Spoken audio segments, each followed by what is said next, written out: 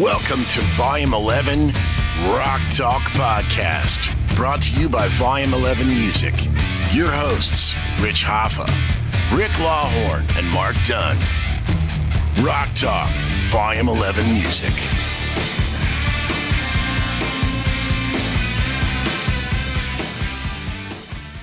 Hey, how's it going? Welcome to Rock Talk at Volume 11 Music in Fredericksburg, Virginia. My name is Rich.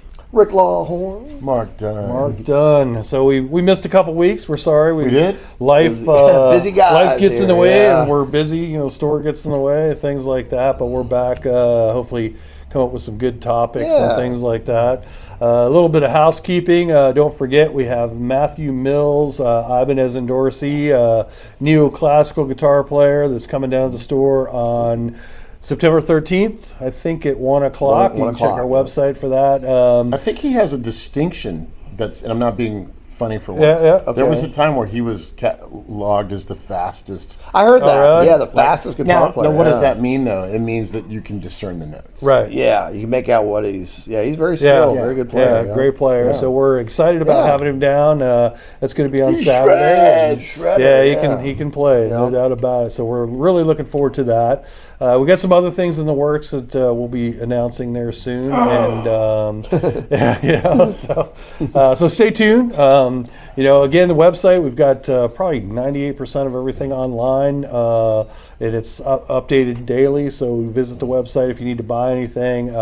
Keep in mind that if you're out of Virginia, don't pay sales tax, because can be a good savings if you're buying a guitar or something like that. So keep that in the back of your mind. If you need something, we're glad to get it out to you as soon as possible. So this week is what, 47? 47. Wow, 47 episodes. So we're gonna. We've talked about a lot of different things. Is that 40? That's 4. That was about 4. 4. And then Here, you guys do 2 each. I'll do the 7. we're musicians. Right. We don't count very That's good. right. That's right. Leave that up to the drummers. Right. That's why I got drummers. That's in the right. band. That's right. So today we're going to talk about bands that we were really, really heavily into, and then kind of maybe got to a point and grew out of them a little bit, or the albums weren't maybe as good. That weren't would as probably run good, with my commentary. or something like that. So Wouldn't you think, though, to like on this topic? We all go through phases of like, we're just gonna listen to this, right? Because it just happens to coincide with how we feel at a certain point in time. Yeah, I agree. Or for our standpoint, like change, I'm trying to find something in it that, like, how the heck does he play that thing? And Right. Yeah. So I would venture to say that no matter what your favorite food is, you don't want to eat it every day. Right. Now, good analogy. We're never going to get tired of pizza. No, ever. No. Correct. Okay, I'm with you. So For sure. I think a fair assessment of this would be like, I guess I'm de facto kicking the discussion off, is like, for me it was the Beatles. Now, I had to say all that to make sure people knew I wasn't picking on the Beatles. Kind of same wavelength. Because I listened to them, to the discussion Rick and I were having before we hit record, was being the youngest of 5 boys, that's what I knew was the Beatles. And I knew the songs, but I didn't get a chance to listen to them whenever I wanted to, because, there was my brother's record. So when I had a car with a CD player, I had every Beatles record. Right. And for the longest time, that's all I listened to, literally. I mean, especially when I moved down to Atlanta, and you're going to be in traffic for an hour and a half anyway. Right. They're the Beatles CD. So, and you're just really analyzing it. And it's like one of those things that, for me, you can actually listen to something so much, or a band so much, that even while you're listening to them, you're no longer listening to them. Right. And that's what it was for me. And the Beatles being arguably the most famous band ever in the history of ever, to me it was like, wow, I really got to not listen to this for a while. Yeah, I'm with you. That's a great comment. But when a Beatles song comes on that's not, your typical twist and shout, or, not that I'm slamming any of their hits, it's like, it's always fresh if you haven't listened to it. Right. Yeah. I think for me is kind of when I was younger, I was just such an AC/DC fanatic. I mean, really fanatical. I mean, I listened to them all the time. I bought every magazine that had AC/DC, an article about it. I used to cut everything out and save it all and all that stuff and draw the logo all over everything. But you've never been to Australia. Well, to be honest with you, I haven't been to Australia, but I've never went to see them. I've never seen AC/DC either, really? which is a tragedy. But I think it's kind of one of those things with it. I still love them, but I got up to flick of the switch, and then I started kind of losing a little bit of interest. But I think too, I started listening to different stuff. I started getting more into like bands like Motley Crue and things like that. That whole later '80s type of thing. I started gravitating to those types of bands, and then really in the the '90s. I mean, I had like a little bit of I got into STP and Alice in Chains and all that stuff, but we were talking about this the other day. We were at the store. It was a really just a short window, and I was into that stuff for a very short window, and then I got out of it. And then when I got back into really listening to music again, I started going back to some albums with AC/DC that I just I didn't like when we talked about this in other episodes that I like Power Age. I didn't really care much for it when I was younger, but now I just love that album. So That's it's Van favorite AC/DC. Yeah, and so it's just, I guess you get as you age, your taste changes, but you end up going back to. I'm back into listening to a lot of the stuff I listened to when I was a kid. But they never changed. The only thing that ever changed about them was the singer. And but to the point of even the Beatles or Motley Crue or most any other band, they evolved. Yeah, like the just the evolution of the Beatles, like album by album, and my favorite band, Metallica. I mean, God knows from the first record to the third record. Yeah. Discernibly, obviously, the recording budget was much higher, but their songwriting was. They were a full-on real prog band by Master of Puppets. Oh, I agree. I think the songwriting was excellent, and it just kept getting better. Master of Puppets. They definitely evolved. I mean, they still change, and I think they got a little bit more musical as they got. Later on with the later songs and things like that. Yeah, and those are all great points. And going back to what you said with AC/DC, in my opinion, so once they got into Back in Black, which obviously was a huge album, one of the greatest hard rock, hugest selling ever, it seemed like they were just trying to keep making Back in Black, but they were weaker versions of Back in Black. There wasn't that evolution where they were really able to do anything that new or different. If you think about it too, it kind for of those is. those about to rock, is when they Angus got into that one little lick that he was doing, and then that started carrying into on everything. into like every song kind of had that. And I bought some of the later albums. I did too. I just bought Rock or Bust, and it's got some good songs on it. They got more bluesy in those. Songs. They are a blues band. A blues band. They're a straight up very loud blues band. Yeah, I mean, we can say that. In fact, on a guitar playing note, if you'd have given Angus Young a cowboy hat, a Strat, a Fender twin reverb, and a tube screamer, and Stevie Ray Vaughan, an SG, and a Marshall, they could have swapped. Right. Because it's almost verbatim the same blues where they're coming from. Well, they don't change anything. Have you ever watched their rig rundowns and things like that? They don't. They keep the same. They keep it the same. I mean, duct tape and bubble gum. That's how things are held together. You don't change it. You don't modernize it. It just that's the way they do it. And the wireless. There was a pedal that came out because on Back in Black. That's one of the best rock guitar tones ever in the history. Fully agree. And there's really no alchemy behind it. I mean, like it's just a 57. Jam it out. But Angus tracked with a wireless. Oh wow! Yeah. In the sound booth. I mean, I hate to wear headphones to record. It's actually not a great way to listen to yourself. So he used a wireless, and the wireless kind of did something to the sound. Was part of it. Part of the sound. And there's a pedal or two of them that mimics that. That mimics. And I've played through one. That's crazy. I didn't know you gotta be kidding me! Wow. Like it's this thing. So but that's the AC/DC didn't do that. Right. Somebody did that. Somebody else. They're still just plugging into the Marshall. Right. Wow. That's pretty wild stuff there. Yeah. So, Ben, I'll throw out in there, and I have my little story that goes along with this, would be the Rolling Stones. So, as a kid, like I've talked about some other episodes, I love the Stones, still do, I'm a fan. But, we had like the 60s Stones, we had the 70s, early 70s, which I love, Sticky Fingers, Exile on Main Street. Get to high school, we're in the 80s, and our good friend Kenny Ames. Yeah. Great sense of humor. We went to the mall. It was 1985, my senior year in high school, and they had the album called Dirty Works. Mm-hmm. They all looked like they were guys off of Miami Vice. They had the Don John. Yeah. You remember that? Yeah, I remember that. And Kenny went ahead and I didn't. It's the one after Tattoo You. This would have been after Undercover of the Night, which was in '83, which I really didn't remember. That Undercover. I thought that was later because I saw him in Night. '88, and that was the hit. I thought. Yeah, Undercover of the Night was '83. I bought that album when it was new. I sort of liked it. I didn't love it, but it was okay. And then Kenny got the Dirty Works out. We go back to his house, and I think I probably bought an Ingve album or something, and he puts it on. He goes, "Man, I love the Stones, but this album sucks." That was Is that the one with I'm a fool to do your dirty work? No,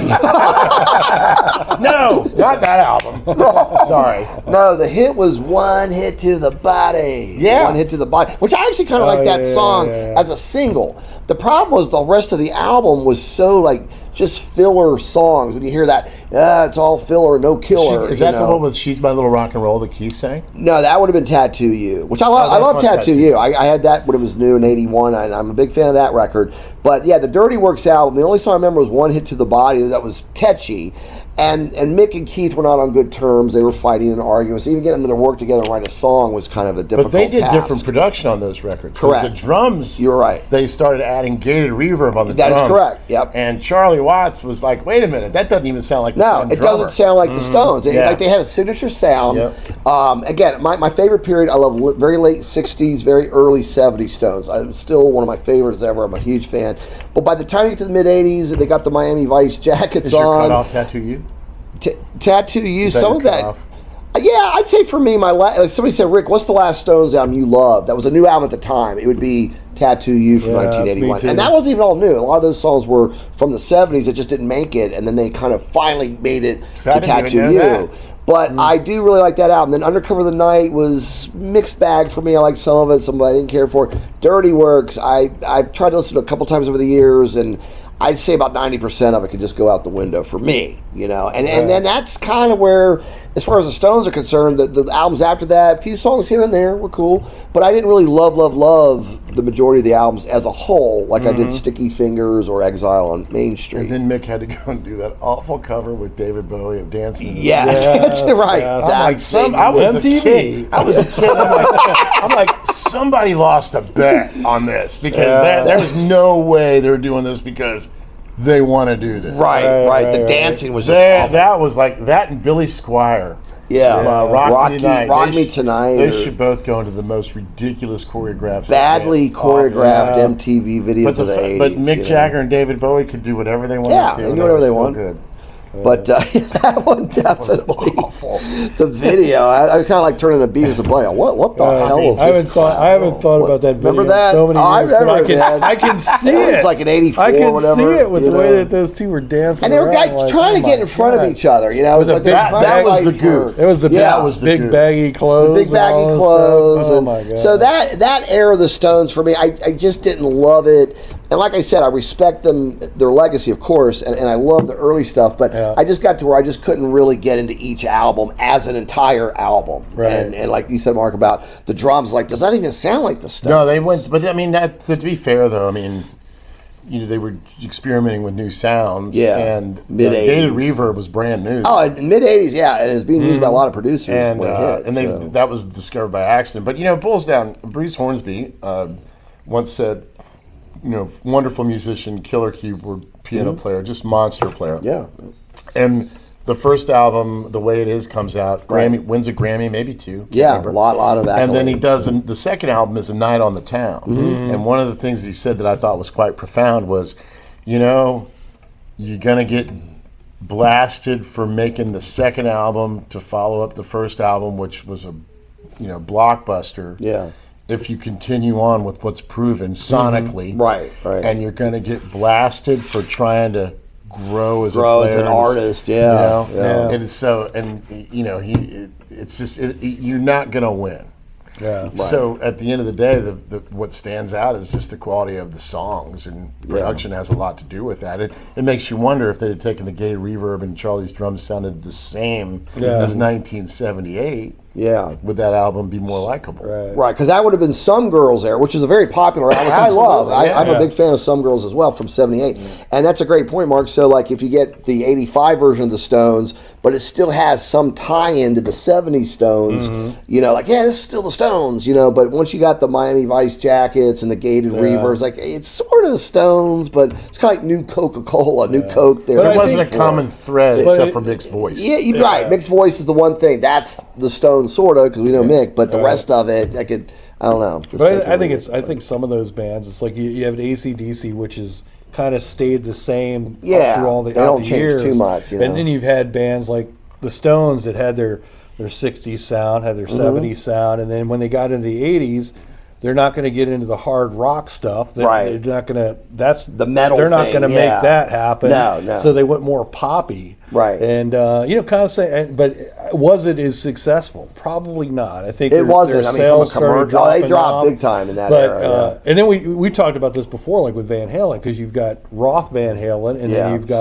Sammy Van Halen, which is different. But I don't think, and I think Van Halen was able to grab a whole new audience and then move on, but they kept some of their old. But they also kept the sonic thread, though.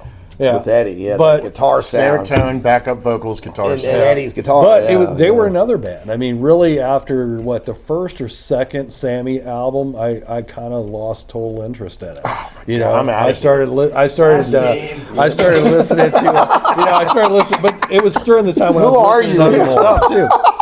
Well, what was good? I mean, we got into playing keyboards then. That's okay.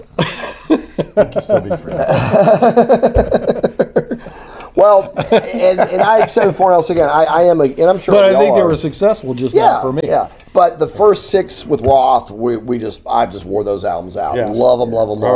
Yeah. I love Eddie's guitar playing. I love the harmonies, Roth's Wild Man, Tarzan screaming vocals, and it was definitely a change in the weather. When we got Hagar. I mean, whatever your opinion is, either way, but it's a different vibe. It's different. I mean, I like the first 2 albums with Hagar, and I like Hagar by himself, and loved him with the Montrose and stuff like that. But but it could have been too that I was listening to different stuff. I was into Motley Crue. I was into that kind of stuff, but it just didn't expand on. In the spirit of this conversation about getting tired of it, I have a playlist.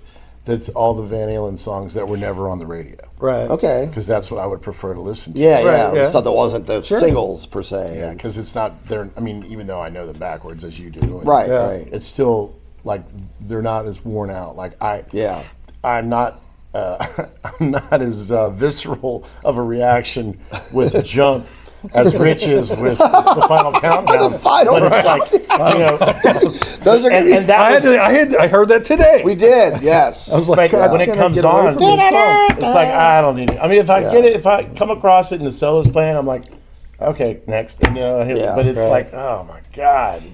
So that it's almost like what caused us to get tired of it is probably the oversaturation. Right, sure. Because back in the 80s, CDs were new. There was no streaming, and you were listening to the radio a lot. Yeah, there was no satellite or anything. Or MTV. And what they're playing on the radio is why they call it programming, because they're programming what you're listening to and what you think about something. Yep. Right. And when you hear Panama 6 times in 7 hours, you're kind of tired of it. Well, not to mention, MTV wore that song out. Oh yeah, it was on all the time. Like when Final Countdown.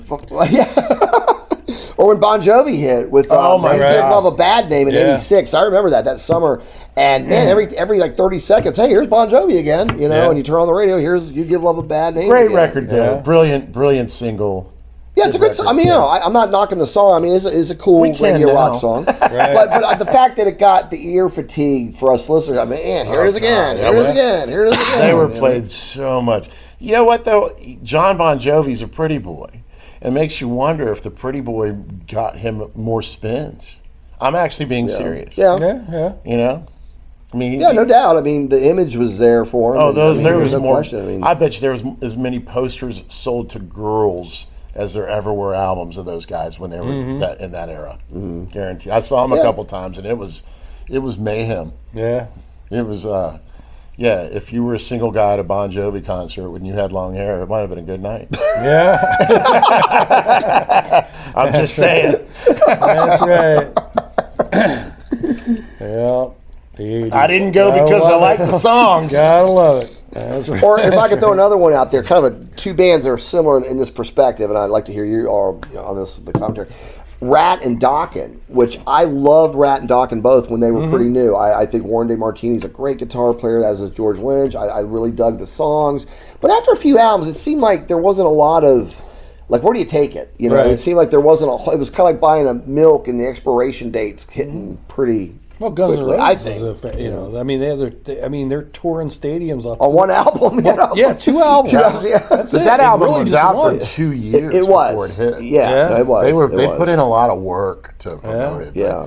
Yeah, that's one of those instances of too much too fast, and Right. that not only flamed them out as a band, it flamed them out as a family band. You know, Yeah. like it was, you know, fight, inward and fighting all the and- substance abuse and whatnot, that wasn't helping. Yeah. But and I, you know, I'm not a hater, but I don't even listen to anything off of Appetite anymore, and it's a great album. Yeah, it is. yeah. It's a great hard rock album, and I've heard it a million times. You know, but what do y'all think as far as the Rat and the Dokken kind of thing? As far as, you know, they get a few good albums, and then after, I don't know, it just seemed like they hit the brick wall pretty quick. But I think I think all the bands were hitting a brick wall because Yeah, that was right when grunge was coming in. Grunge was too. coming in. So they And were later in the 80s, if I remember right. Yeah, late '80s there, So, you right know, before there '91. was that last 3 or Hurrah. 4 years, and you had all these bands coming out like crazy, and then all of a sudden, you know, they're done Nirvana because we come got out. Nirvana now. Light Switch. Dream Warriors, It's over. It ended it for me. Dream Warriors. I mean,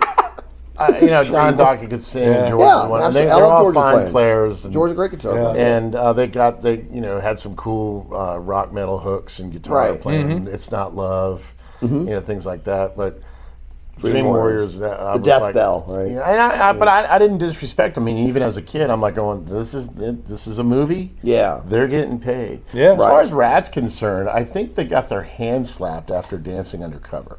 Okay. Because that, to me, is a wonderful album. Yeah. I mean, and Dance. I mean, like, yeah, it's a It was the cheesy next song. one I thought was the drop over when they did the Reach for the Sky record. Is I that thought the one with the that was the Statue of fourth. Liberty Yeah, on the it? fourth album. I thought, in my opinion, because I love the early Rat albums, I really do. The first three, I'm all about them. But that fourth album, I just think they went from here and then it kind of went, and it was like we're trying to be. I don't know, they were partying a lot and on the road a lot, not really taking a lot of time to write great songs. And Well, the songs and were Robin good. was example. Yeah, Robin but had that some also, issues when did there. that come out in 90? No, that would have been 87. Okay. Yep. Because 86 was when the Dancing, because I bought that new, and I did enjoy that record. Killer album. And then the next, about a year and a half later, was like the fall of 87 going into 88. That's when Has Way that Cool, got Shame. Oh, that's got Way Cool Jr. Yeah. was Okay. on. That was the big Great single. song. And that was a cool song. I like that. The rest of the album was, to me, eh. And then I don't know, it just seemed like you say, Rich, has a good point, that grunge is right around the corner, thrash metal's getting big with Metallica and Megadeth. Yeah. And it just seemed like those bands, it just like the carton of milk, the expiration date starting to. Nobody talks come up. about this much, but if you look back, before Nirvana, the death knell for hair metal or LA, that scene, actually was Guns N' Roses. Yeah, Right, No, that's a good point. 'Cause I mean, and how do you top that? How do you top GNR? and I mean, you got bands with the stretchy, opulent, ridiculous Right, Aquanet. dance Yeah, skins yeah, and, right. and then whammy bar pointy guitars, Yep. and then Guns N' Roses comes out and they are a brashier Aerosmith. Yes. Les Pauls and Marshalls. Yep. Go. Leather. Yeah, left leather. left Yeah, palms, they look like they're at a biker party. You know, That was they're a the whole shot. different- Right. That was the shot. That's a good point. Yeah, I can go with that.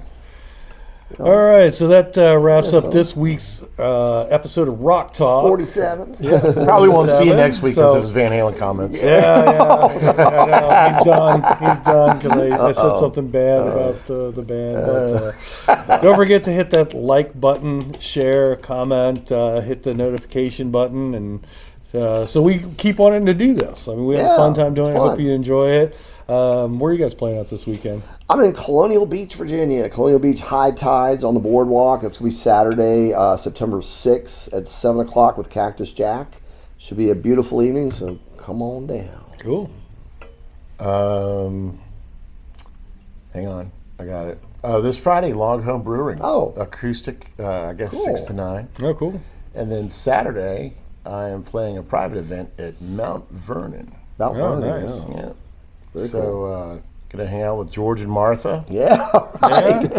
There you go. Have a time of it and do that thing. That's it. Well, I'm going to be doing my normal thing. Yeah. Working, Doing some consulting work. Yeah, And repair I think I'm guitars. going on a pub crawl this Oh, weekend. Oh, no. Yeah. Me and boy. my hockey buddies are going to Yeah. do some drinking. All right. So Well, I don't do it very often. So What he's talking about, kids. I is- probably right. And if you believe it's Evian, then you're actually really naive. right. That's our announcement for. We just got a plug in there. The That's announcement. right. All right. Well, we'll see you guys next week on next week's episode of Rock Talk. Have a good one. See ya.